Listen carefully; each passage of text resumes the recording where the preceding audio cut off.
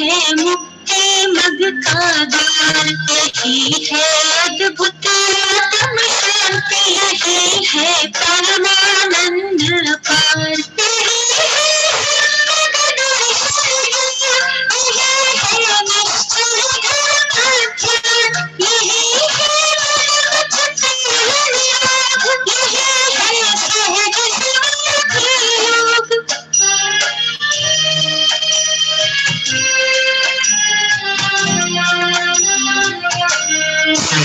जीवन है सहज समाधि, में आधे व्याधि उपाधि, समाधि है सुखमय जीवन, मरण का उससे क्या संबंध। समाधि में जीवन में देहांत, सुनिश्चित क्रम नियमित अनुसार, यदि हो जाए तो उसको कहा जाता है समाधि मरण।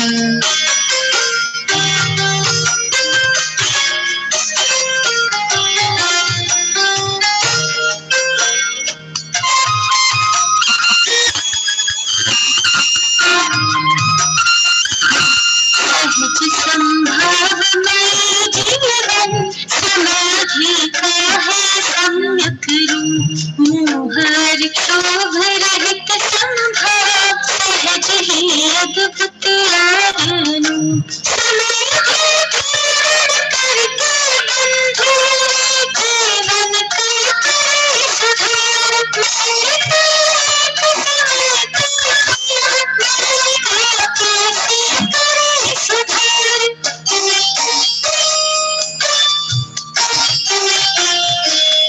सहजता जीवन का सर्वांग सत्य है, सबका सब कुछ निश्चित है, यह महासत्य है।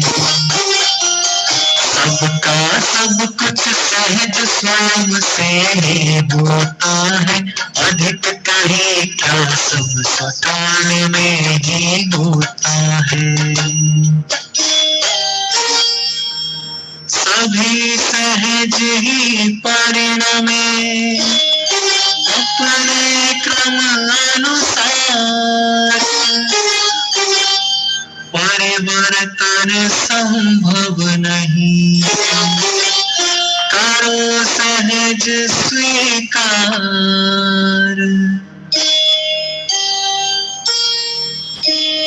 करो सहज स्वीकार, चित्त को ना भरमाओ, सहज भाव से अपने आत्म में आ जाओ।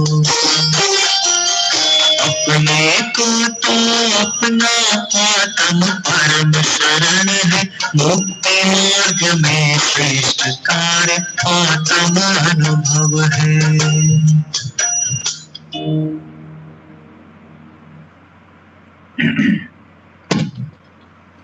हाँ चाचा जी प्रारंभ कर दीजिएगा आप।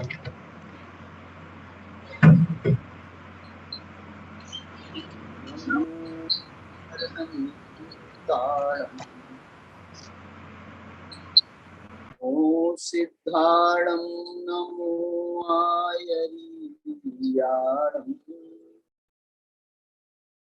नमो वज्रायाणं,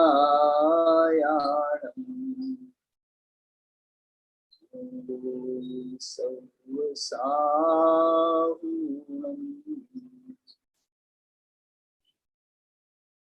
अभिवंदियूं मैं सिरसा, अपुन भव कारणं महावीरम्, एसिम्पयच्छ भंगम्, मक्कं मोक्षस्य वोच्छामि।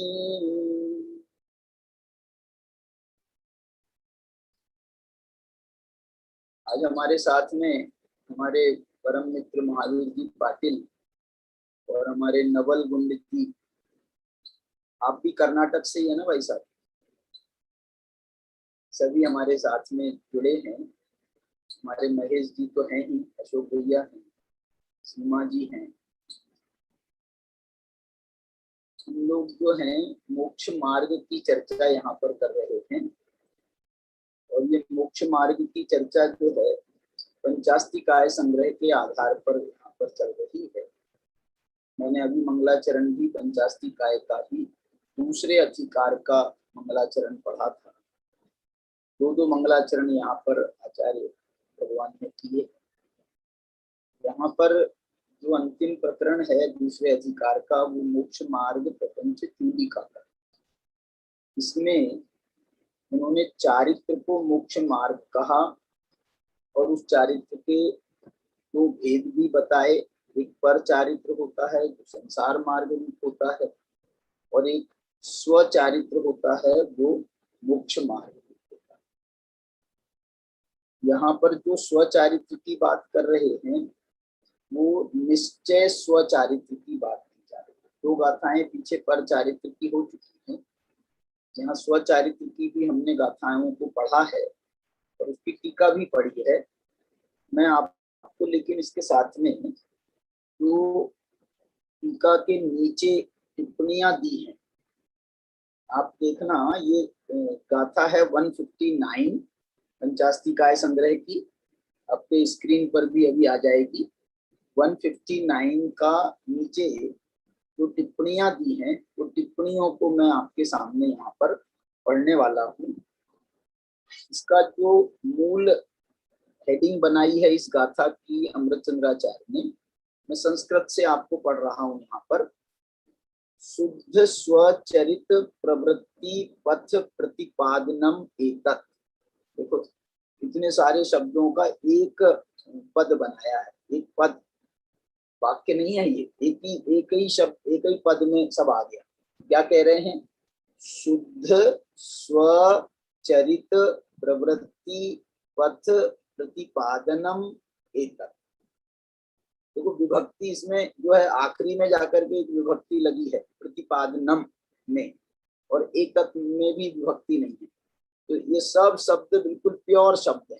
अब इनका समास जब अपन को करना है तो हमको अपने ढंग से इसका समास विग्रह करना पड़ेगा, समझ करके अपना दिमाग लगाते हुए उसका हमको समास वो करना पड़ेगा।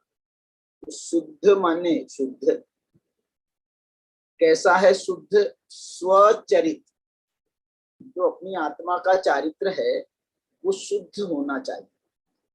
और वो शुद्ध स्वचारित्र कैसे होता है, उसकी प्रवृत्ति कैसी होती है और उसकी प्रवृत्ति का पथ क्या है, उसकी प्रवृत्ति का मार्ग क्या है, उसको प्रवृत्ति करने की विधि क्या है, उसका प्रतिपादनम एतत्, उसका यहाँ पर प्रतिपादन किया जा रहा है। शुद्ध देखना, शुद्ध में आप निश्चय को भी गर्भित कर सकते हो।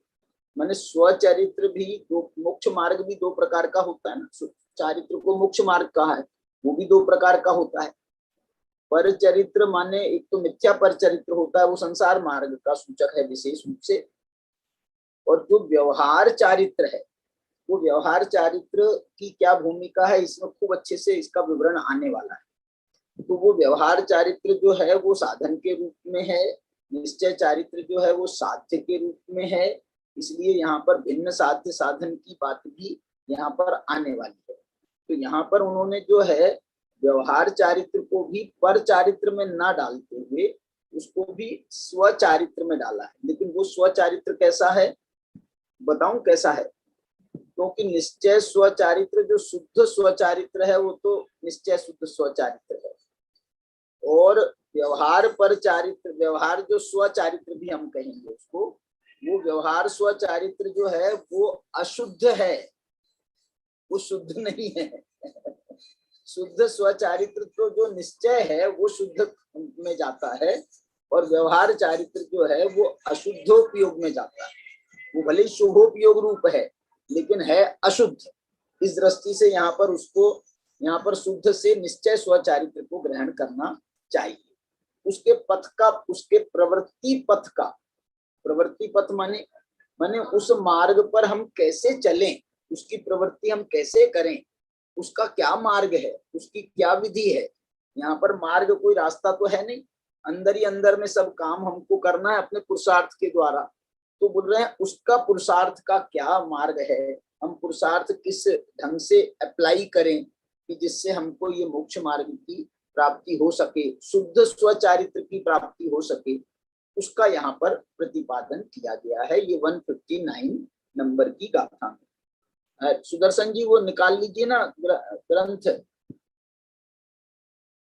देखिए इसमें जो है 159 नंबर की गाथा में ये कहा था, चरियम चरदि सगम, ये संग नहीं है सगम है। मेरे पास में पुराना एक पंचास्ती काय का एडिशन भी है, ये नया है, इसमें संग छप गया है गलती से, ये सगम है।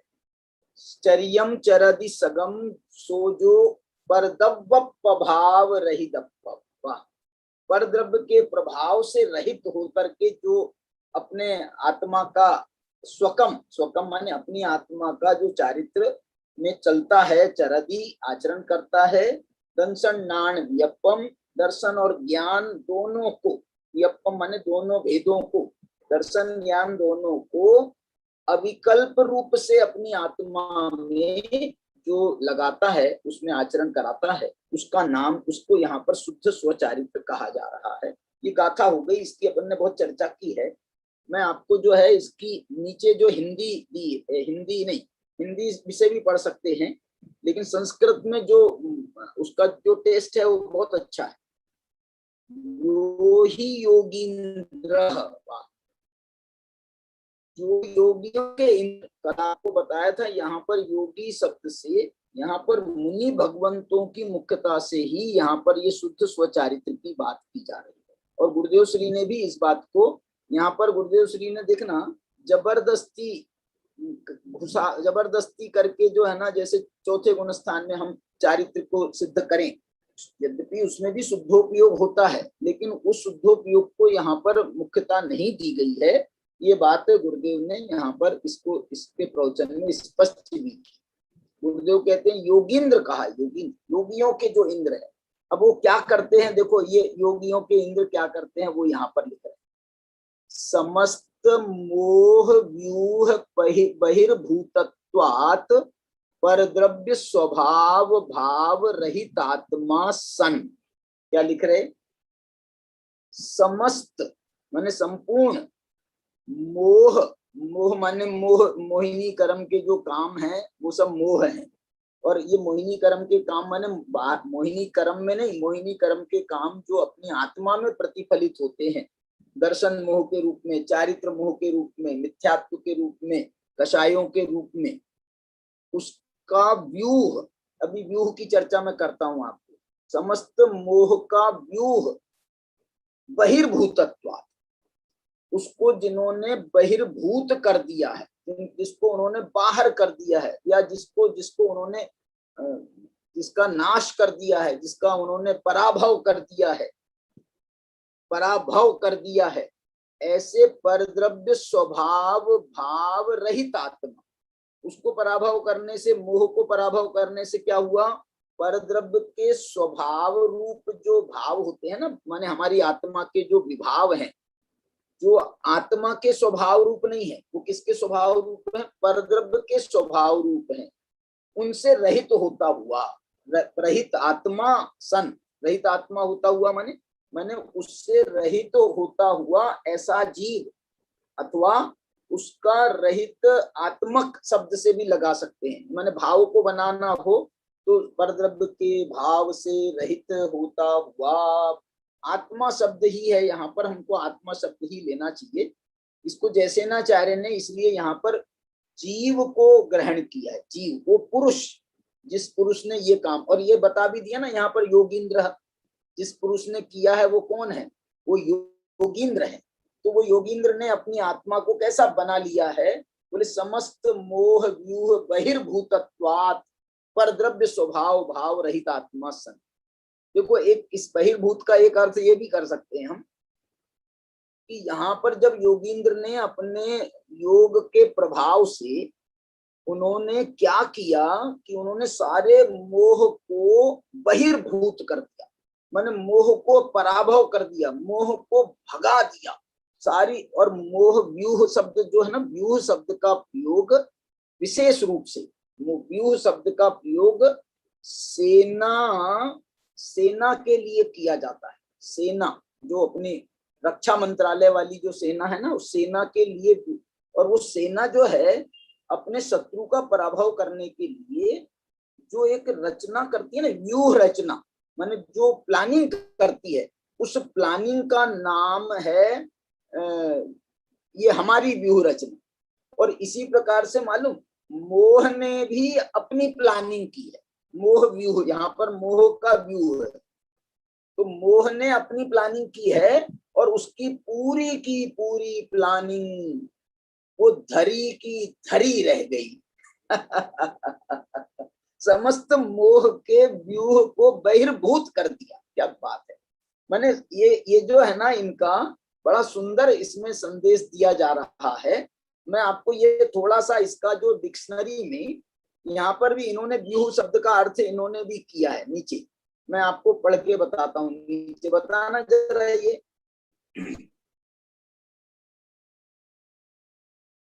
सुदर्शन जी नीचे लेना, इसमें टिप्पणी में मोह व्यूह से बहिर्भूत, मोह व्यूह पर इन्होंने जो देखो टिप्पणी दी है, मोह व्यूह का इन्होंने अर्थ किया मोह समूह। मैं थोड़ा सा इसको और आगे बढ़ करके मैंने डिक्शनरी से भी इसका अर्थ निकाला, मैं आपको बताता हूं। तो यहाँ पर इन्होंने जो लिखा है वो एक बार पढ़ देता हूँ। मोह व्यूह माने मोह का समूह।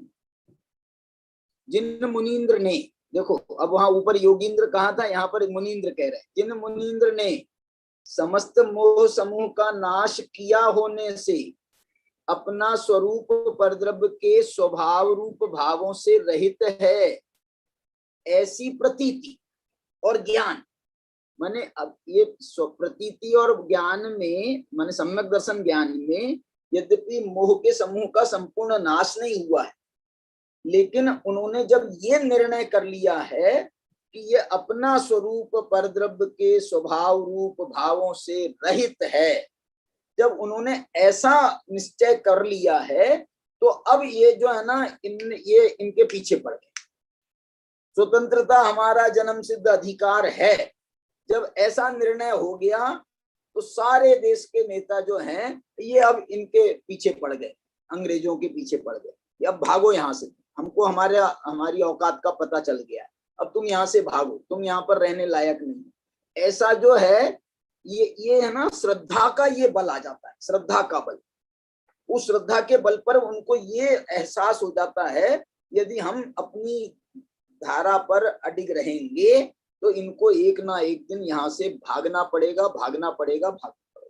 और दूसरी बात, हमने जो अपनी धारणा बनाई है, श्रद्धान बनाया है, वो हमारा गलत नहीं है, ये गलत है। तो जिसने गलती करी है उसको यहाँ से भागना पड़ेगा।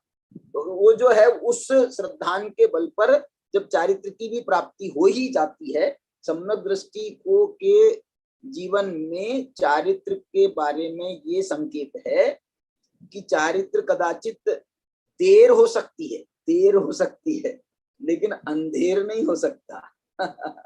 जिसने सम्यक को अंगीकार किया है उसके चारित्र आने में देर हो सकती है। आदिनाथ को जैसे 83 लाख पूर्व वर्ष लग गए वो चारित्र के आने में, इसी भाव में, तो वो देर हो सकती है लेकिन अंधेर नहीं हो सकती। इसलिए जो है अंधेर नहीं हो सकती, माने ऐसा अंधेरा नहीं है, आगे अंधेरा नहीं है, देरी है लेकिन अंधेरा नहीं है, माने नेगेटिव नहीं है, होगा और होगा, ये वाली बात को यहाँ पर कह रहे हैं। देखो, मोह समूह का ना ऐसी प्रतीति और ज्ञान जिन्हें वर्तता है, और देखो ये देर तदुपरांत जो केवल स्वद्रव्य में ही निर्विकल्प रूप से अत्यंत लीन होकर स्वस्वभाव भूत दर्शन ज्ञान भेदों को आत्मा से अभेद रूप से आचरते हैं, वे मुनीन्द्र स्वचारित्र का आचरण करने वाले हैं। देखो, चौथे गुण स्थान में जो अनंतानुबंधी कषाय का अभाव किया है उसकी मुख्यता यहाँ पर नहीं है, यहाँ पर उसकी मुख्यता नहीं है। यहाँ पर वो जो चारित्र का देखना, मैं आज गुरुदेव का प्रवचन सुन रहा था इन्हीं गाथाओं का। गुरुदेव कह रहे हैं कि यद्यपि जिसने मिथ्यात्व का नाश किया है उसने बहुत बड़ा पुरुषार्थ किया, ऐसा छोटा मोटा पुरुषार्थ नहीं किया, उसने अनंतता खत्म कर दी है। कषायों की अनंतता खत्म कर दी, माने अनंतानुबंधी कषाय का अभाव कर दिया। कषायों की अनंतता खत्म कर दी माने अंधेर खत्म कर दिया। अब देर हो सकती है, अंधेर खत्म कर दिया उसने, अनंतता खत्म कर दी। लेकिन गुरुदेव इस बात पर जोर दे रहे थे इस प्रवचन में कि ये जो है ना, क्या बोल रहा हूं मैं, चारित्र, चारित्र का पुरुषार्थ भी कमजोर नहीं माना जाए, चारित्र का पुरुषार्थ भी कमजोर नहीं माना जाए। मैं तो एक दूसरी बात कहता हूं, इसको दूसरे व्यंग्यात्मक स्वर में कह रहा हूं। जिस चारित्र को, चारित्र के अंगीकार करने में सम्यक दृष्टि धर्मात्माओं को भी इतनी देर लग जाती है बोलो, और सम्यक दृष्टि धर्मात्मा नहीं, छायिक सम्यक दृष्टि धर्मात्माओं को भी देर लग जाती है। कभी कभी 2-4 भाव लग जाते हैं। आदिनाथ को तो उसी भाव में हो गया, लेकिन उनको छायिक सम्यक तो पिछले भाव में हो गया था। पिछले भाव माने पिछले के भी पिछले भाव में, पिछले के पिछले भाव में माने जब मनुष्य पिछली मनुष्य पर्याय में थे तब उन्होंने छायिक सम्यक को प्राप्त कर लिया था, और उसी के कारण से उनको तीर्थंकर प्रकृति भी बंधी थी। और उसी के माने बाद में या पहले छायिक सम्यक का नियम नहीं है तीर्थंकर प्रकृति के लिए, इसलिए वो उनने जब भी बांधी होगी। और उसके बाद में बीच में एक देव पर्याय आई, और देव पर्याय से फिर यहाँ पर आए। तो यहाँ पर आने में मैं ये आपको बताना चाह रहा हूँ कितनी देर, बाप रे, 84 लाख पूर्व, माने एक पूर्व में कितने 70,56,000 करोड़ वर्ष एक पूर्व में हो कितने पूर्व में, एक पूर्व में 70,56,000 वर्ष नहीं, 70,56,000 करोड़ वर्ष लगते हैं एक पूर्व में। और इनके हैं 84 पूर्व, 84 पूर्व नहीं, 84 लाख पूर्व मैंने ये 70 लाख कितने, 84,000 70,56,000 वर्ष, 56 करोड़ लाख, क्या पता, करोड़ वर्ष उन इंटू 84 लाख, 84 लाख से उसकी गुना करो, इतने वर्ष लग गए। इसलिए मैं कह रहा हूं देर हो सकती है, अंधेर नहीं हो सकती। और इसलिए मैं कह रहा हूं कि चारित्र का पुरुषार्थ भी को भी कमजोर नहीं माना जाए। चारित्र का पुरुषार्थ भी गुरुदेव कह रहे हैं कि यदि सम्यक्त्व का पुरुषार्थ इतना है तो चारित्र का पुरुषार्थ इतना है। चारित्र का पुरुषार्थ कमजोर नहीं है, कम नहीं है। चारित्र का पुरुषार्थ भी महा पुरुषार्थ है, उसकी कोई बात नहीं है, उसके पुरुषार्थ को कम गिनने की जरूरत नहीं। लेकिन यहाँ पर तो मैं ये दूसरा बात कहता हूँ, चारित्र का पुरुषार्थ में देर ही तो है, अंधेर तो नहीं है ना। इसलिए चारित्र का पुरुषार्थ, ये दूसरे एंगल से बोल रहा हूँ, चारित्र के पुरुषार्थ को बड़ा मानेंगे कि सम्यक्त्व के पुरुषार्थ को बड़ा मानेंगे।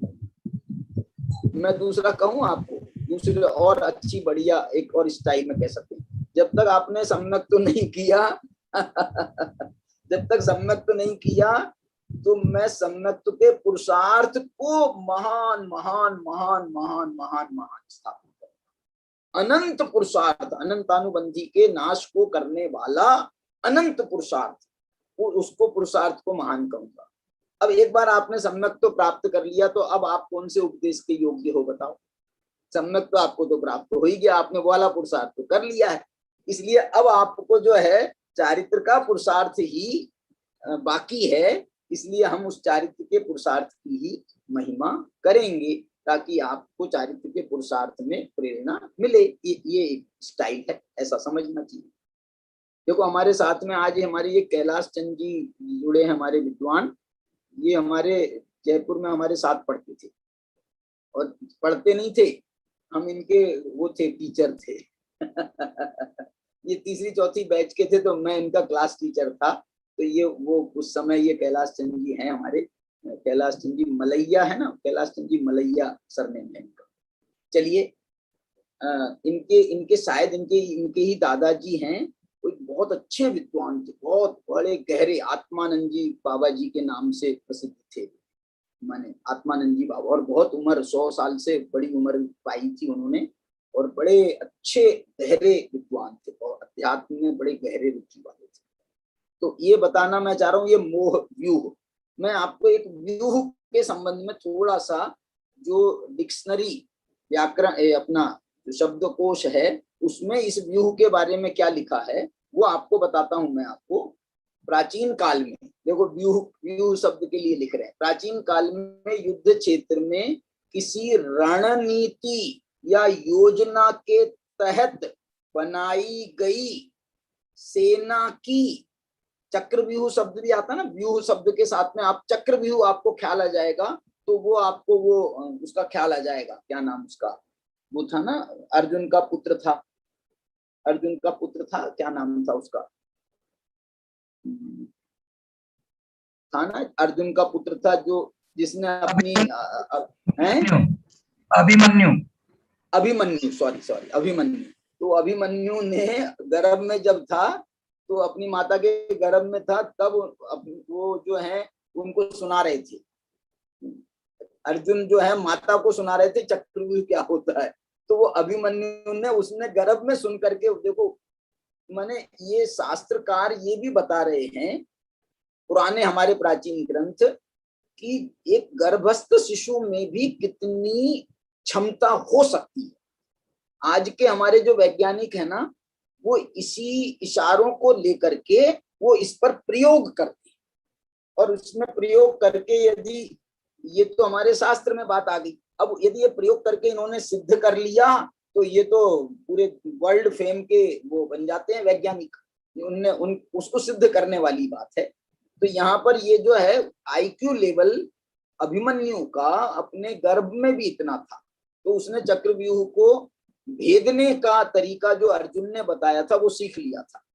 और सीखने के बाद उसी दरमियान क्या हुआ कि सुनते चक्रव्यूह को भेदने की विधि तो उनने सुन ली, और जो उनकी माता शायद सुभद्रा उनकी माता थी, तो वो माता को तो आ गई नींद, माता को नींद आई तो बच्चे को भी नींद आ गई अंदर। तो जो है उस आखिरी में उसने व्यूह को भेदने का तरीका तो सुन लिया था, लेकिन उससे बाहर निकलने का तरीका नहीं सुन पाया।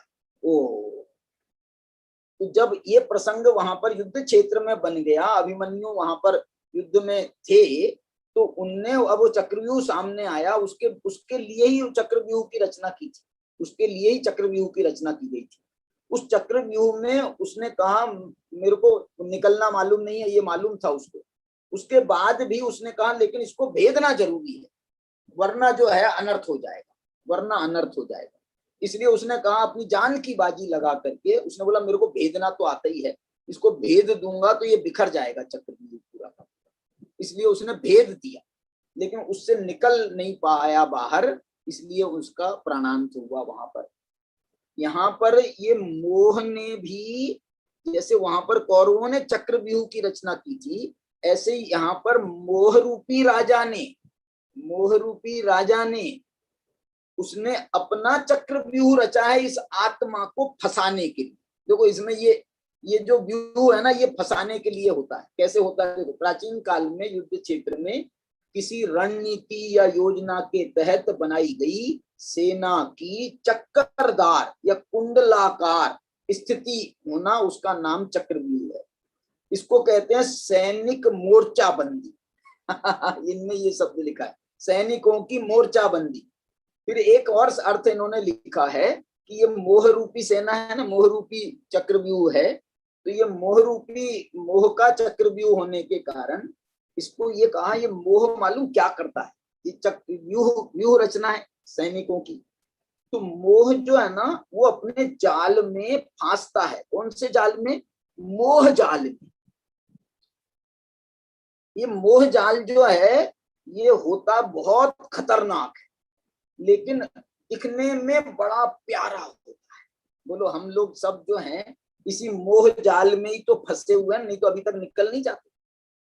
स्त्री पुत्र कुटुंब परिवार का जो मोह जाल है हमको बड़ा प्यारा लगता है, बहुत अच्छा लगता है, लेकिन ये मोह जो है वो हमको संसार में ऐसा फंसाता जाता है कि जिस जाल को हम बुनते हैं उसी जाल के अंदर हम फंस के रह जाते, निकल नहीं पाते। हम सोच लेते हैं कि हम जो है ना, हमारे यहाँ पर वो है एक हमारे मित्र हैं नरेश जी, वो बोलते हैं कि भैया मैंने प्लानिंग कर ली है, मैंने ऐसा कर लिया है, मैंने ऐसा कर लिया है, मैं 60 बरस का हो जाऊंगा तो मैंने ये प्लानिंग कर ली है, मैं ऐसा।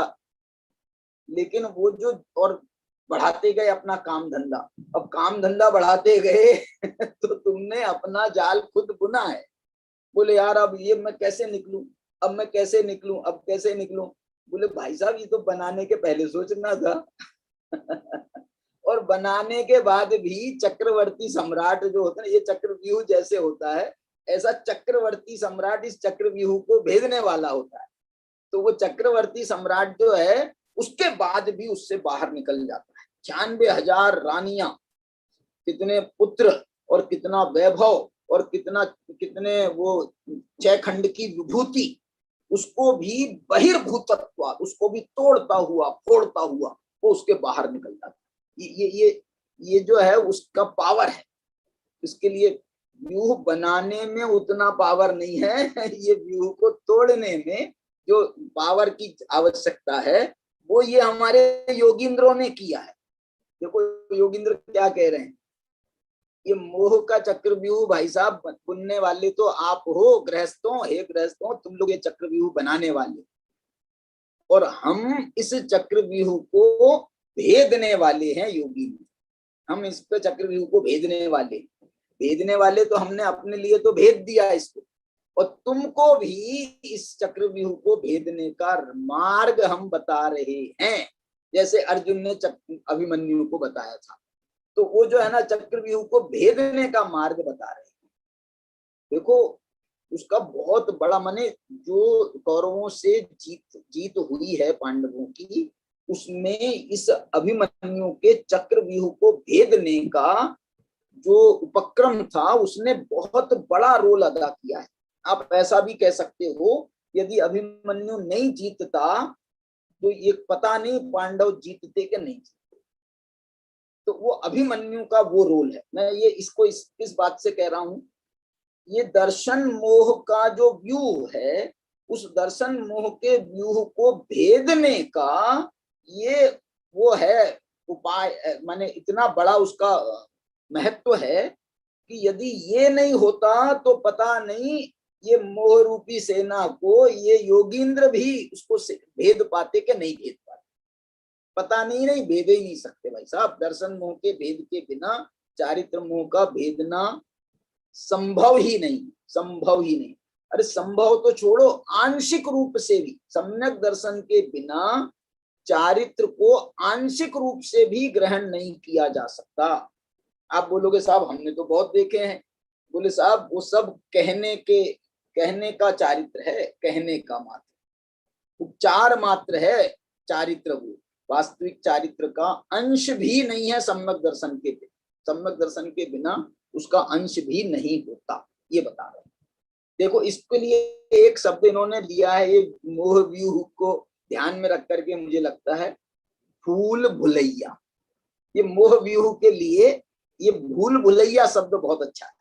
मोह भूल का ही नाम, मोह मिथ्यात्व, भूल अनेक प्रकार का संशय विपर्य अनतिवसाय, वो जब उसमें जो होता है ना मूढ़ता, तो वो जो है भूल है। और उस भूल में हम ऐसे उलझ जाते हैं कि उससे बाहर निकलना, भूल भुलैया में घुस जाओ और उसके बाद में फिर नहीं निकल पाओ। कभी कभी तो वो भूल भुलैया का पूरा टोटल जो मार्ग होता है ना, वो घंटे भर का भी नहीं होता है टोटल मार्ग यदि चल चल के अपन, लेकिन आप जब उसमें उलझते हो तो 5-5 घंटे 8-8 घंटे लग जाएं, आपको निकलने में रास्ता नहीं मिले फिर मालूम ऐसा हो जाता है।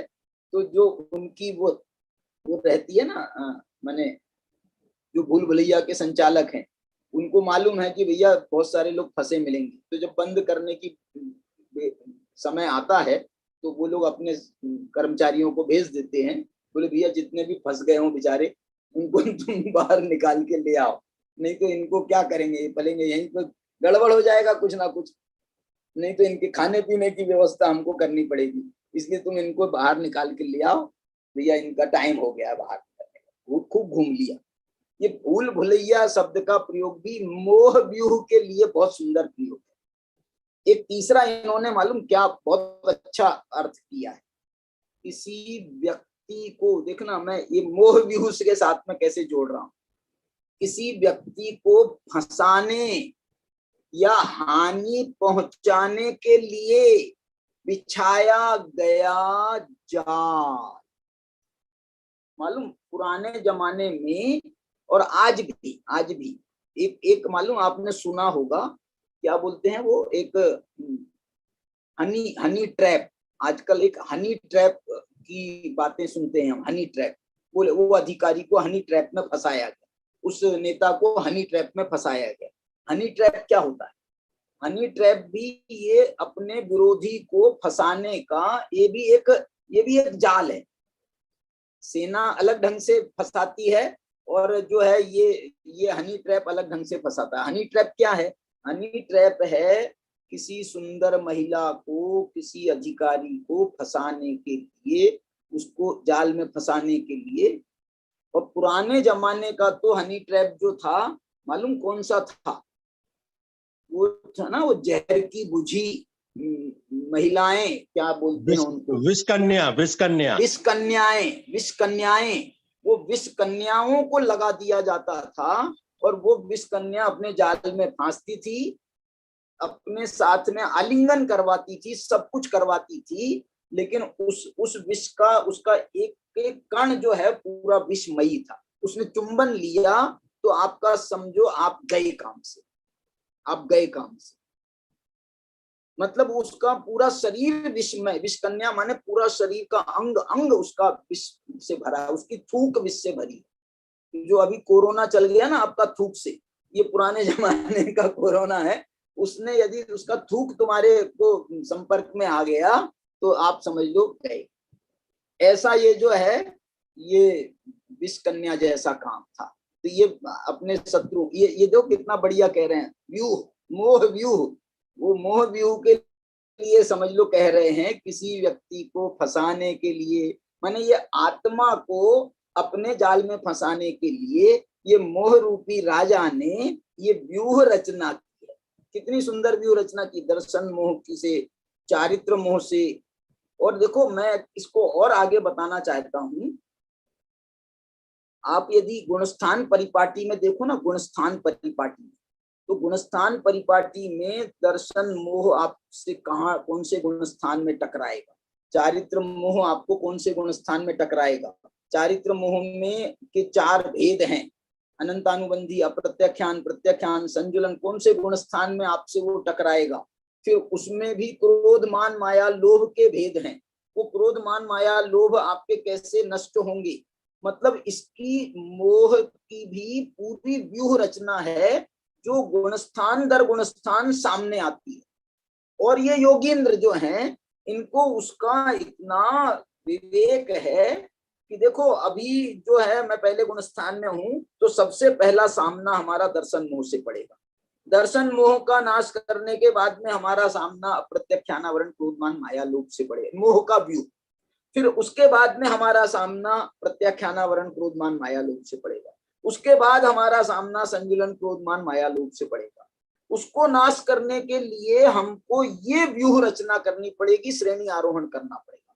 उस श्रेणी आरोहण करते हुए हमको इनका पहले इनकी शक्तियां घटानी पड़ेगी, इनका स्थिति बंधापसरण करना पड़ेगा, इनका अनुभाग बंधापसरण करना पड़ेगा। ये अधयकरण में हो जाएगा, माने 7वें गुणस्थान में ही हो जाएगा, सातिशय प्रमत्त में। फिर 8वें गुणस्थान में फिर हमको इनका स्थिति घात करना पड़ेगा, ऐसा शब्द प्रयोग है, अनुभाग घात, स्थिति घात, अप्रशस्त प्रकृतियों का, इनके अनुभाग का घात करना पड़ेगा, स्थिति का घात करना पड़ेगा। मार नहीं सकते ऐसे, जब तक इनकी शक्ति कम नहीं करेंगे, स्थिति घटाएंगे नहीं, अनुभाग नहीं घटाएंगे, तब तक इनको मार नहीं सकते हैं। इनका स्थिति का घात नहीं करेंगे, अनुभाग का घात नहीं करेंगे, तो अपूर्व करण में 8वें गुणस्थान में ये होता है, स्थिति घात, अनुभाग घात। और अभी मरे नहीं है। फिर जब 9वें गुणस्थान में प्रवेश करेंगे तो 9वें गुणस्थान के ऐसे 6 उसके भी स्टेप्स माने गए, 6 स्टेप्स। उसमें पहले स्टेप में ये क्रोध जाएगा, दूसरी स्टेप में मान जाएगा, तीसरी स्टेप में माया जाएगी, फिर ये जाएंगे वो जो है ना, और फिर नो कषाएं, ये इन हर की स्टेप्स हैं। ये व्यूह रचना है ना, मोह ने ये व्यूह रचना कर रखी है। इसलिए हमारे को उसके अगेंस्ट भी, हमारे पुरुषार्थ से भी हमको व्यूह रचना करनी पड़ेगी। एक मैंने एक वर्णन इसका पढ़ा है व्यूह का। इसमें व्यूह में क्या करते हैं मालूम? इसमें, इस व्यूह में, एक मिनट मेरे को मिल जाए तो बताऊं, लेकिन ये व्यूह में क्या करते हैं मालूम? ऐसा लिखा है, जो राजा है ना, राजा तो बिल्कुल सेंटर में बैठ जाता है, सेंटर में रहता है, और अपनी चारों दिशाओं में, चारों दिशाओं में नहीं, चारों दिशाओं में, आठों दिशाओं में, आठों दिशाओं में, आठ नहीं, आठों दिशाओं में ऐसे एंगल बनाता है सैकड़ों से। ये चक्रवर्ती का जब वो बनता है ना, तो वो सैकड़ों से उसके इर्द गिर्द वो रहते हैं सेना नायक। 100 सेना नायक राउंड में खड़े हैं, और हर सेना नायक के सामने सेना की टुकड़ी है, हर सेना नायक के सामने सेना की टुकड़ी है। इतना ऐसा इसका व्यूह बनाते हैं, इसका व्यूह है ये मोहरूपी सेना के लिए मैं बताना चाह रहा हूँ। ऐसा जो है ना व्यूह रचना होती। और फिर जो है, जो अब जो है वो फैल गए 10 दिशाओं में। 10 में तो अभी नहीं समझो अपन, 8 दिशाओं को समझ लो, अधो और ऊर्ध्व की छोड़ दो। तो इसमें जो है 8 दिशाओं में उनके सैकड़ों से वो सेना की टुकड़ियां हैं, और सब सेना की टुकड़ियां जो है वो शत्रुओं को ऐसे घेरती है, शत्रुओं का ऐसा। और ऐसा जो है इसको लेकर के चलता है चक्रवर्ती, इसको लेकर के चलता है, इस चक्रव्यूह को लेकर के चलता है। इसलिए जो सामने आता है उससे कोई बच नहीं पाता है, उससे कोई बच नहीं पाता है। इसके लिए मैंने एक ये बात पढ़ी है, वो आपको बताना चाहता हूँ। इस चक्रव्यूह को भेदने का क्या उपाय है? तो ऐसा बताया, बोले 8 दिशाओं में तो इनने अपनी सेना की टुकड़ियां लगी हैं, आप कहीं से प्रवेश नहीं कर सकते, घुस नहीं सकते, इसमें कैसे प्रवेश करें, इसका क्या उपाय है? तो मालूम उसके लिए एक मैंने ऐसा पढ़ा है कि बोले जैसे इनने चक्रव्यूह बनाया है ना, तो एक व्यूह रचना अपर पक्ष से बनाई जाती है, और उस व्यूह रचना का नाम है गरुड़ व्यूह रचना। क्या? गरुड़ व्यूह रचना। गरुड़ व्यूह रचना क्या होती है? गरुड़ होता है माने पक्षी, आसमान में वो जो है ना, 8 दिशाओं में तो तुमने अपने फैला लिए ना, ऊर्ध्व में तो नहीं फैलाया है ना, तुम्हारी सेना की टुकड़ी ऊर्ध्व में तो नहीं गई है ना। तो वो जो है हमारा जो अभिमन्यु है समझ लो, वो वहां ऊपर गरुड़ व्यूह रचना के अंतर्गत ऊपर से नीचे कूदेगा, ऊपर से नीचे कूदेगा। तो ऐसा जो है सम्यक दर्शन ने उसका दर्शन किया, वो पूरी सेना का उसने ऊपर जाकर के दर्शन किया। ओ कौन कहाँ खड़ा है, कौन कहाँ खड़ा है, कौन कहाँ खड़ा है, किसको कैसे निपटाना है। तो उसने वो सम्यक दर्शन ने दर्शन किया ना, ऊपर से दर्शन किया, देखा, और देख करके उसने अपनी प्लानिंग बनाई, और प्लानिंग बना करके उसने उसका नाश। और ये व्यूह रचना के कितने प्रकार हो सकते हैं, तो यहाँ पर डिक्शनरी में 8-10 व्यूह के भेद बताएं, आपको नाम मात्र गिनाता हूं। सबसे पहले नंबर पे है चक्र व्यूह, दूसरे नंबर पे है वज्र व्यूह, तीसरे नंबर पर है क्रौच व्यूह, अब ये मेरे ज्यादा समझता नहीं। चौथे नंबर पर अर्धचंद्र व्यूह, अर्धचंद्राकार व्यूह, एक है मंडल व्यूह, एक है चक्र सकट व्यूह, एक है मगर व्यूह, मगर के आकार से, एक है और्मी व्यूह, एक है गरुड़ व्यूह, और एक है श्रृंगात का व्यूह। ऐसे 8-10 व्यूह के नाम उन्होंने बताए। तो ऐसे जो है ना ये व्यूह रचना, वो इसमें जो बात कही गई है ना, आप मूल में देखो, फिर से अभी अपन मूल में चले। इनने जो मोह व्यूह के लिए लिखा ना, मोह व्यूह बहिर्भूतत्वात्, निकालना है थोड़ा ऊपर देखो, इन्होंने क्या लिखा था, यो ही योगींद्र समस्त मोह व्यूह से बहिर्भूत होने के कारण योगींद्र जो हैं ये मोह के व्यूह से बहिर्भूत, इसको आप ऐसा घटा सकते हो, उनको भगा दिया अथवा खुद बहिर्भूत मोह रूपी व्यूह से ये बहिर्भूतत्वात् अपने को उनने अलग कर दिया उससे। और परद्रव्य स्वभाव भाव रहित आत्मा सन, परद्रव्य के स्वभाव भाव से रहित होने से स्वद्रव्यम एकमेव आभिमुख्येन अनुवर्तमान है। वाह वाह वाह, मतलब वो ये कह रहे हैं कि स्वद्रव्य को एक को ही अभिमुखता से अनुसरते हुए अनुभवते हुए निज स्वभाव भूत दर्शन ज्ञान को भी आत्मा से अभेद रूप से आचरते हैं। मतलब आप ये देखो, हमने जैसे 10 दिशाओं 8 दिशाओं में हमने अपनी सेना की टुकड़ियां लगाई थी ना, काय के लिए है वो सेना की टुकड़ियां काय के लिए हैं? वो जो राजा महाराज बीच में बैठे हैं उनको उनकी सुरक्षा करने के लिए हैं। अपन लोक में ऐसी कहावत है, बोलते ना भाई, उनको मारने के पहले, उनको उनके पास जाने के पहले आपको हमारी लाश पे से होकर के गुजरना पड़ेगा, ऐसा लोक में कहावत है। तुमको हमारे को मार करके गुजरना, पहले हमको मारो उसके बाद में तुम उनके पास तो बाद में जाना, पहले हमसे निपटो। और यदि तुम हमसे निपट लोगे तो फिर तुम अगले स्टेप वाले के पास जाना, फिर उसके अगले स्टेप बहुत व्यूह रचना है, इसका नाम व्यूह रचना है। तो इस प्रकार से इन्होंने ये वे वास्तव में स्वचारित्र को आचरते। ये योगींद्र जो हैं वो कैसे, इसलिए मालूम आपको ये जो कार्य है ये छोटा मोटा कार्य नहीं। और ये कार्य, मैं एक बात पूछता हूँ आपको, योगींद्र जंगल में क्यों चले गए? मुनिराज जंगल में क्यों चले गए? मुनिराज समाज से बाहर क्यों चले गए? मुनिराज घर गृहस्थी को छोड़, घर गृहस्थी में रह करके ही काम कर लेते ना, सम्यक दर्शन कर लिया, ज्ञान कर लिया, अब तुम जो है चारित्र अंगीकार करके तुम ये बाहर क्यों चले जाते? घर छोड़ क्यों भाग जाते? घर को छोड़ करके क्यों चले जाते?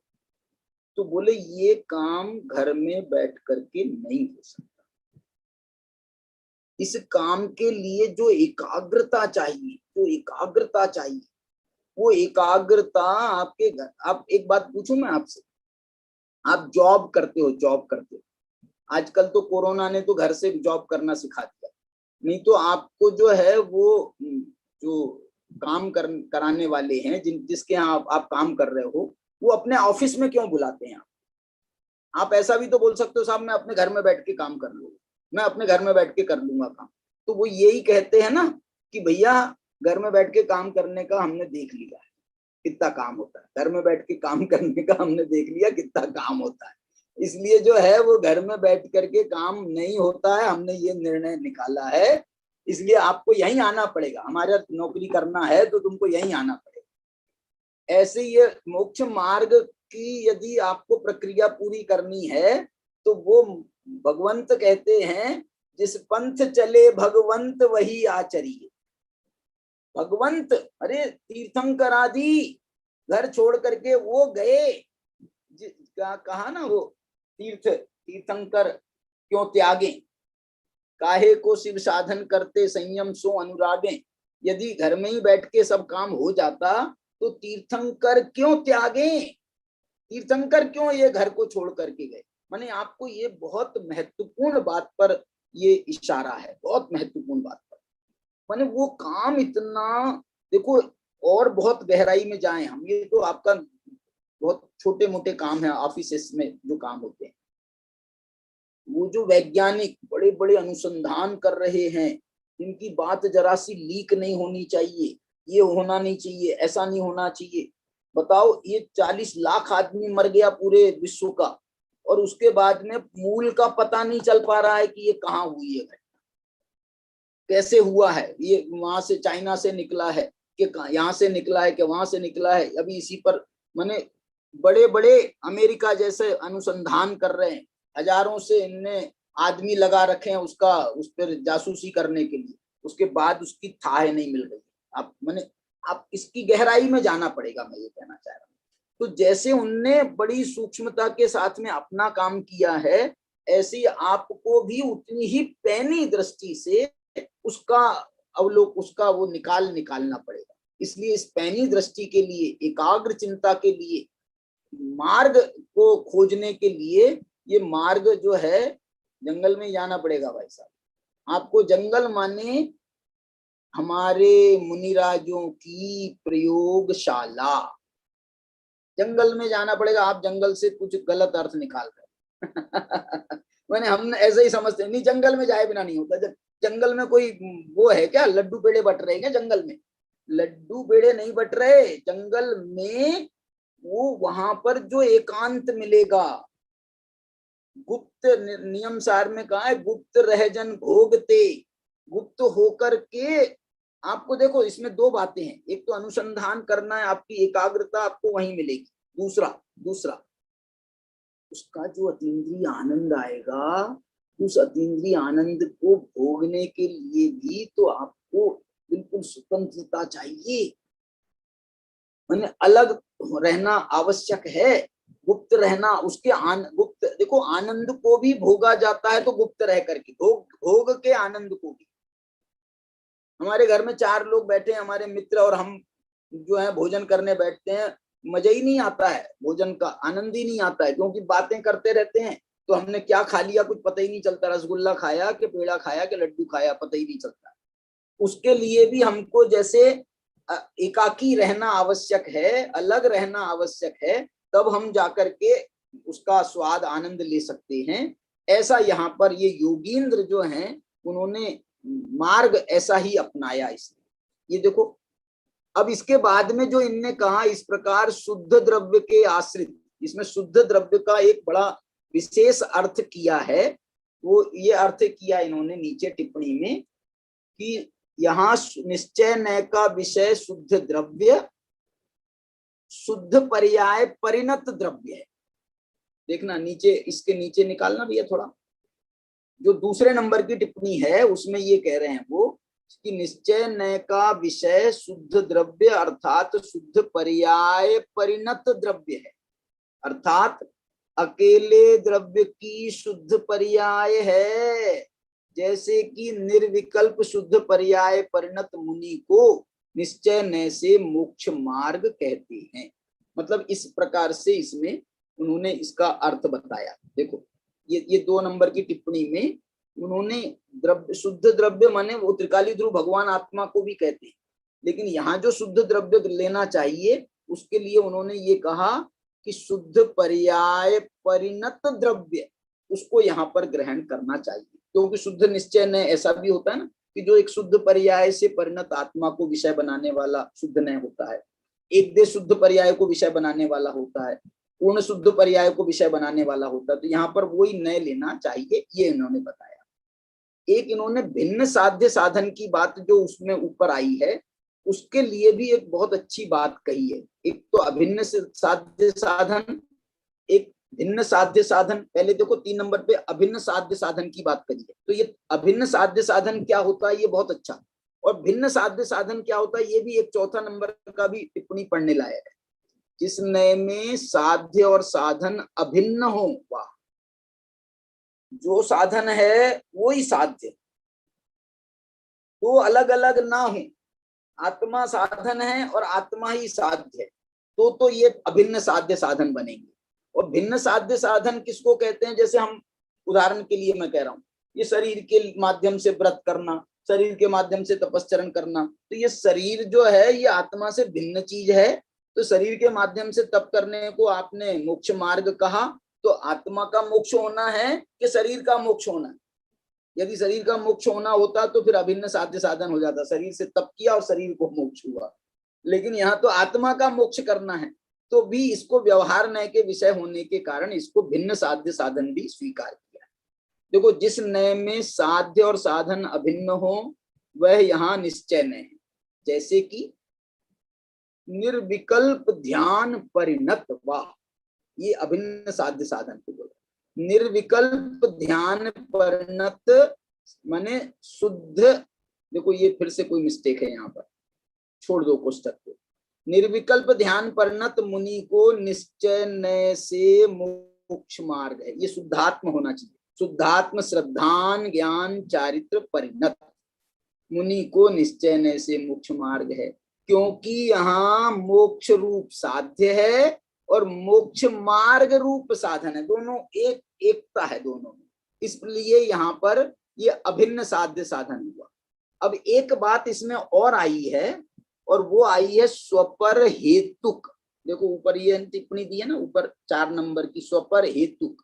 ये स्वपर हेतुक क्या बताना चाह रहे हैं मालूम? स्वपर हेतुक पर्याय के आश्रित।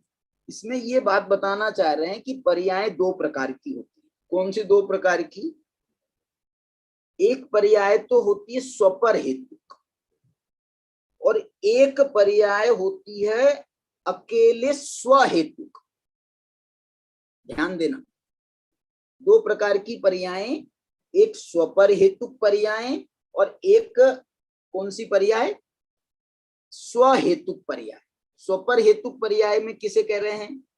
जिन पर्यायों में स्व और पर दोनों कारण होते हैं, अर्थात उपादान कारण और निमित्त कारण दोनों होते हैं, वे पर्याय स्वपर हेतुक पर्याय हैं। अब देखो इसका, इससे एक निष्कर्ष और क्या निकल रहा है? निष्कर्ष ये भी निकल रहा है कि जरूरी नहीं है कि हर कार्य के लिए हमको निमित्त कारण और उपादान कारण दोनों लगे, दोनों हो, ये जरूरी नहीं है। अथवा इसको ऐसा कह सकते हैं हम कि जब हम दोनों की विवक्षा लेते हैं तो वो स्वपर हेतुक पर्याय कहलाती है, और जब हम उसकी अपेक्षा नहीं लेते हैं, निमित्त की अपेक्षा को ग्रहण नहीं करते हैं, तो वो अकेले स्वहेतुक पर्याय होती है। देखो इसमें क्या लिख रहे हैं, जैसे छठे गुण स्थान में द्रव्यार्थिक नय के विषयभूत शुद्धात्म स्वरूप के आंशिक अवलंबन सहित वर्तते हुए, छठे गुण स्थान में है ना, तो सराग अवस्था है, वर्तते हुए तत्वार्थ श्रद्धान, बस तत्वार्थ श्रद्धान, नौ पदार्थगत श्रद्धान, तत्वार्थ ज्ञान, नौ पदार्थगत ज्ञान, और पंच महावृतादि रूप, माने 9 पदार्थगत, जैसे उसमें कहा था ना, तो ये पंच महावृतादि को आप शरीर आदि गत ऐसा अर्थ कर लो। इसमें शरीर आदि के माध्यम से पंच महाव्रत का पालन होता है। तो ये जो चारित्र है, यह सब स्वपर हेतुक पर्याय हैं। क्यों स्वपर हेतुक पर्याय हैं? क्योंकि इनका उपादान तो आत्मा है और निमित्त जो है वो पर पदार्थ है। जैसे 9 पदार्थगत श्रद्धान को कहें हम, तो श्रद्धान तो है आत्मा का, और 9 पदार्थ माने इसमें निमित्त बन रहे हैं, इसलिए ये स्वपर हेतु पर। ऐसी ज्ञान में और चारित्र में भी, जो चारित्र है वो तो आत्मा की पर्याय है, और जो पंच महाव्रत आदि शरीर से माध्यम से पालन कर रहे हैं तो वो पर हैं। तो ऐसा स्वपर हेतु इनको कहा जाता है। वे यहाँ व्यवहार नय के विषय, व्यवहार नय के विषयभूत क्यों हैं? क्योंकि इनके माध्यम से, अभी इसको आगे 5वें टिप्पणी में भी बताने वाले हैं, उनको यहाँ पर भिन्न साध्य साधन के रूप में स्वीकार किया जाता है। ये निमित्त कारण को रखते हुए जब किया जाता है तो भिन्न कार्य कारण हो जाता है। लेकिन 7वें गुण स्थान के ऊपर आप जाओ तो यहाँ पर ये सब तत्वार्थ श्रद्धान, 9 पदार्थगत श्रद्धान, 9 पदार्थगत ज्ञान, पंच महाव्रतादि, ये अत्यंत हीनता को प्राप्त, हीनता कहें, हेता को प्राप्त हो जाते हैं। माने यहाँ पर इनकी मुख्यता नहीं रहती है, बस वहां तो अपनी आत्मा का श्रद्धान है, अपनी आत्मा का ज्ञान है, अपनी आत्मा का चारित्र है, और इन तीनों को अपनी आत्मा में ही लगाना, अपनी आत्मा में ही लगाना है। 9 पदार्थों में नहीं लगाना है, 9 पदार्थों के ज्ञान में नहीं लगाना है, ये शरीर आदि के पंच महाव्रत आदि में प्रवृत्ति नहीं करना है, अपनी आत्मा में प्रवृत्ति करना है। इस कारण से ये निश्चय नय का विषयभूत, ये स्वहेतुक पर्याय जो इन्होंने मूल में शब्द है, और ये स्वपर हेतुक पर्याय वाला, स्वपर हेतुक पर्याय जो शब्द आया ना, ये मूल संस्कृत में ये शब्द आया है, स्वपर हेतु का। चलिए, तो इस प्रकार से ये अपन ने ये टिप्पणी जो है, इस पृष्ठ की टिप्पणी, अभी ये गाथा में, इस गाथा की टीका में मालूम कितनी टिप्पणियां हैं? इस गाथा में 8 टिप्पणियां हैं। तो एक 4 टिप्पणी अपन ने इस पेज पर पढ़ी है, और अगले पेज पर 4 टिप्पणियां आगे और अगले पेज पर आने वाली, ये 4 टिप्पणियां, तो इनको भी हम देखेंगे। और ये जो चौथी टिप्पणी है ना, ये आधी इस पेज पे आई है, आधी अगले पेज पर गई है। तो इस प्रकार से इसका जो अपन और स्वाध्याय जो है वो अपन कल करेंगे। आज की चर्चा को तो अपन यहीं पर विराम देते हैं। बड़ा जो है सुंदर प्रकरण, बड़ा ही मार्मिक भाववाही प्रकरण ऐसा समझे हम। और इस भाववाहिता में वास्तव में डुबकी लगाने की आवश्यकता है, डुबकी लगाने की आवश्यकता है, गुप्त रह करके भोगने की जरूरत है। और यदि हम इसका इसी प्रकार से यदि इसका अनुसरण करेंगे, आचार्य भगवान के निर्देशानुसार यदि हम भी आचरण करेंगे, तो ये दशा को प्राप्त करने में वास्तव में कोई आत्मा को कोई कठिनाई नहीं है। खासकर हम संगी पंचेंद्रीय जीवों को तो कोई कठिनाई नहीं है, ऐसी कोई बड़ी कठिनाई नहीं है कि जिसको हम पार ना कर सके। लेकिन अब जो है हम कितना पुरुषार्थ उसमें करते हैं। देखो, पंचम काल में यदि नहीं होता तो ये कुंद कुंदाचार्य, अमृतचंद्राचार्य, जयसेन आचार्य, इन आचार्यों ने कैसे वो प्राप्त किया? इनने प्राप्त किया है। इसका मतलब है पंचम काल में भी हम इसकी मोक्ष ना होगा, मोक्ष नहीं होगा, लेकिन मोक्ष मार्ग के इस लेवल तक, 7वें गुणस्थान तक के लेवल तक को तो हम प्राप्त कर ही सकते हैं। इस अपेक्षा से यहाँ पर बात को समझना चाहिए और उस योग्य अपना यथा योग्य पुरुषार्थ भी अवश्य करना चाहिए। चलिए आज की चर्चा को यहीं पर विराम देते हैं। हमारे साथ में आप सभी जुड़े, गुलाब जी भाई साहब भी जुड़ गए, नवल गुंज जी हैं, महेश जी हैं, कैलाश भैया आज जुड़े, अरुण मोदी हैं, सीमा जी हैं, सुरेश डायमंड हैं, हमारे सुदर्शन जी हैं और भी लोग जुड़े हैं। चलिए सभी को जय जिनेन्द्र। जय कुमार जी भाई साहब हैं, संयम जी, जय जिनेन्द्र साहब, जय जिनेन्द्र, जय जिनेन्द्र भाई साहब, जय जिनेन्द्र। कल मिलते हैं और इसकी आगे की चर्चा करने के लिए। हाँ भैया सुदर्शन जी, आज हम पंचास्तिकाय संग्रह की मोक्ष मार्ग प्रकाशक की संभावित रूपरेखा का एक सार्थक प्रयास के ऊपर 159वीं गाथा पर चर्चा कर रहे थे। इस गाथा में कुछ मुख्य बिंदु आए हैं, या आज के प्रवचन के जो मुख्यांश है वो मैं आप तक पहुंचाना चाहता हूं। मोक्ष मार्ग में सर्वश्रेष्ठ कार्य यदि कोई है तो स्वचारित्र ही है। स्वचारित्र माने स्वानुभूति ही है। और स्वचारित्र पथ पर आगे बढ़ने का मार्ग क्या है? तो बहुत सुंदर विश्लेषण आचार्य ने इसमें किया कि समस्त मोह व्यूह बहिर्भूत तत्वात्, अर्थात समस्त मोह चक्र का पराभव करके मेरा स्वभाव पर द्रव्य के भावों से रहित है, ऐसा प्रतीति और ज्ञान करता हुआ अभेद आचरण जो आत्मा करती है वही वास्तव में स्वचारित्र है। फिर इस गाथा के माध्यम से एक बहुत बड़ा संदेश आचार्य ने हमें दिया कि ये जो मोह रूपी राजा है वो मोह जाल में फंसाता जाता है, किंतु उस जाल में वो जाल हम ही बनाते और उसी में हम फंस जाते हैं। इसलिए आचार्य कहते हैं कि मोह व्यूह में मत फंसो, नहीं फंसना चाहिए।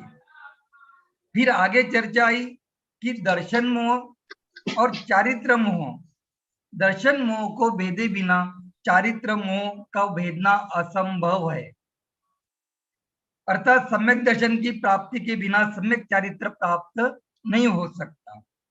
फिर जो इसमें व्यू शब्द आया था उसका भी बहुत सारे शब्दांश अपन को आज सुनने को मिले कि वो जो चक्रव्यूह है उस चक्रव्यूह को भेदने का क्या उपाय है। तो शास्त्र में आता है यदि उस चक्रव्यूह को हमको भेदना है तो गरुड़ व्यूह जो रचना है उसके माध्यम से हम भेद सकते हैं। अर्थात इस संसार चक्र को या मोह चक्र को यदि हमें भेदना है तो सम्यक दर्शन प्राप्त करके ही हम इस मोह जाल से दूर हो सकते हैं। फिर एक बात और है कि मुनि राज जो योगिंद्र है वो जंगल में क्यों जाते हैं, तो वहां जंगल में उन मुनि राजों को एकाग्रता की जो पराकाष्ठा वो जंगल में ही मिलती है, वो घर गृहस्थी में गांव में नहीं मिलती। इसलिए हमारे जो योगींद्र है, जो मुनिराज है, वो जंगल में जाते हैं। और अंत में पर्यायों की बात आई, जो आचार्य ने ग्रंथ में कही है कि दो पर्याय उन्होंने बताई, एक स्वपर हित पर्याय और एक स्वहित पर्याय। तो स्वपर हित पर्याय क्या है? तो स्व और पर का कारण जिसमें होता है, अर्थात निमित्त कारण और उपादान कारण जिसमें होता है, वो स्वपर हित पर्याय है। और स्वहित पर्याय क्या है? कि स्व में गुप्त रहना, स्व में डुबकी लगाना, स्व चरित्र में लीन होना, यही स्वचारित्र है या स्वहित पर्याय है। इस प्रकार आज के प्रवचन के मुख्यांश थे, मुख्य बिंदु थे और प्रवचन का सारांश था। सभी को जय जिनेन्द्र।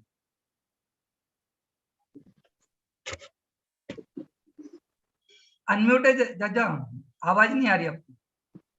हाँ, सॉरी। सुदर्शन जी ने बहुत सुंदर तरीके से सार संक्षेप प्रस्तुत किया।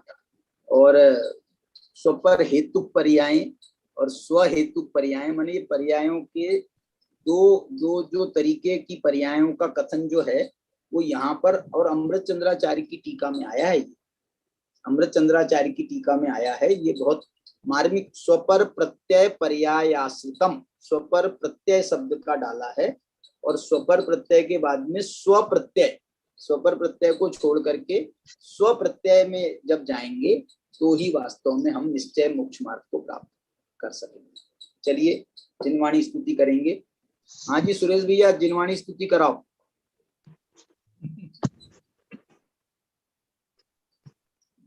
सुरेश जी डायमंड।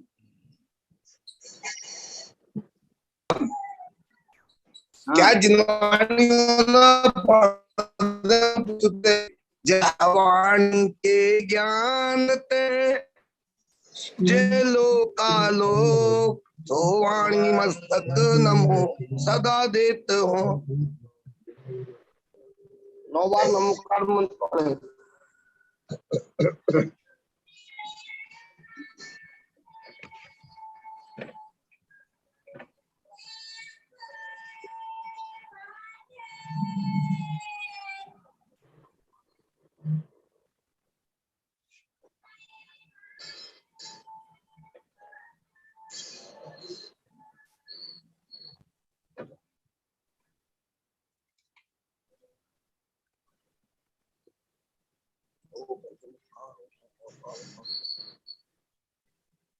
जय जिनेन्द्र साहब। जय बोलो द्वादशांग रूपी जिनवानी माता की जय। सभी को जय। जय जिनेन्द्र भाई साहब, जय जिनेन्द्र। सभी को जय जिनेन्द्र। हमारे गुलाब भैया को जय जिनेन्द्र, नवल को जय जिनेन्द्र, अशोक भैया को जय जिनेन्द्र, सीमा जी को जय जिनेन्द्र।